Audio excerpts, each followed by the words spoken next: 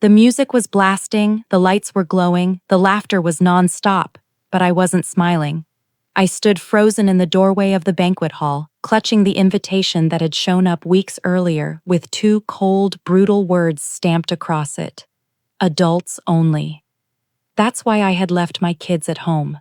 That's why I'd sat them down, looked into their hopeful little eyes, and told them Grandma's party wasn't for children. And yet, as I scanned the room, what did I see? Balloons tied to chairs, toddlers darting under white tablecloths, teenagers scrolling on their phones while their parents sipped wine, kids everywhere, kids who weren't mine.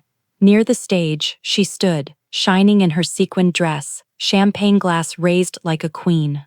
My mother, 60 years old, beaming as if she hadn't just gutted me with her cruelty. Your children wouldn't fit in, she had said, stone-faced, cold.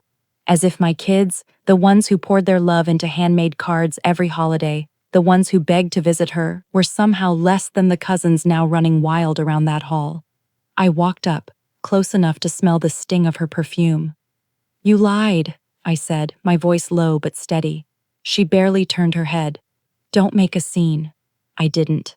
I simply turned away, walked out, and left her party before the cake was even cut. While she laughed into microphones and clinked glasses with her favorites, I drove home with a sharp new clarity. Family doesn't shut out its own just to keep up appearances. Family doesn't wound children and then demand silence. And silence was the last thing I had left to give.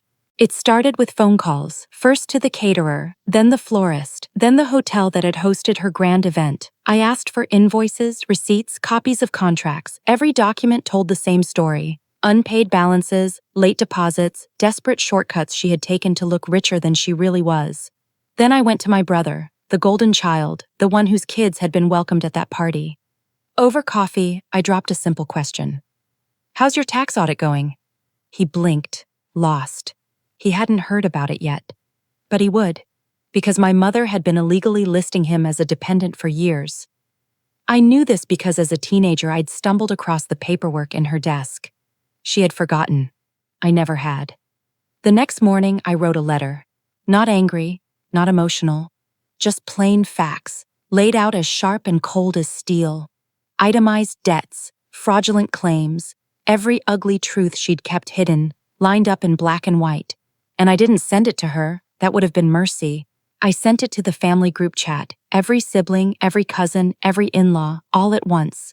The blast hit immediately. My phone lit up with call after frantic call. Her name flashed again and again on the screen. I let it ring. I sat back sipping coffee as her carefully built image crumbled message by message. What is this? My aunt texted. Did you really use Mark's name on your taxes? A cousin chimed in. Mom, why is the caterer saying you owe thousands? My brother demanded answers. The mask she'd worn for decades was gone. By afternoon, word reached me that she had stormed into my brother's house screaming, accusing him of betrayal. He denied it because of course he hadn't known. None of them had, until I made sure they did. A few days later, she showed up at my door. Her voice cracked, no longer commanding, no longer in control. How could you do this to your own mother? She asked. I looked at her, really looked, and I didn't see a mother.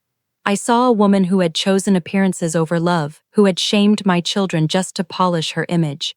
You banned my kids from your table, I told her, calm and final. Now you don't have one. Then I shut the door. The fallout spread like wildfire. She tried clawing back her reputation, but the whispers stuck.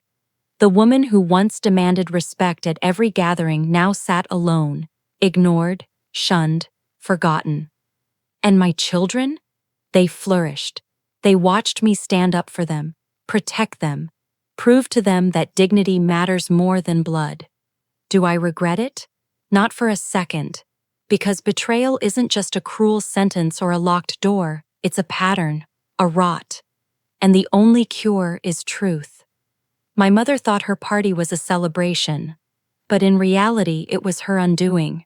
Now, when I tuck my kids into bed at night, they sometimes ask if Grandma will ever invite them again. I smile softly. She won't be hosting another party. And deep down, they get it. Because justice doesn't always roar. Sometimes it arrives quietly, in whispers, in letters, in truths too sharp to ignore. And once those truths are out, they can never be buried again.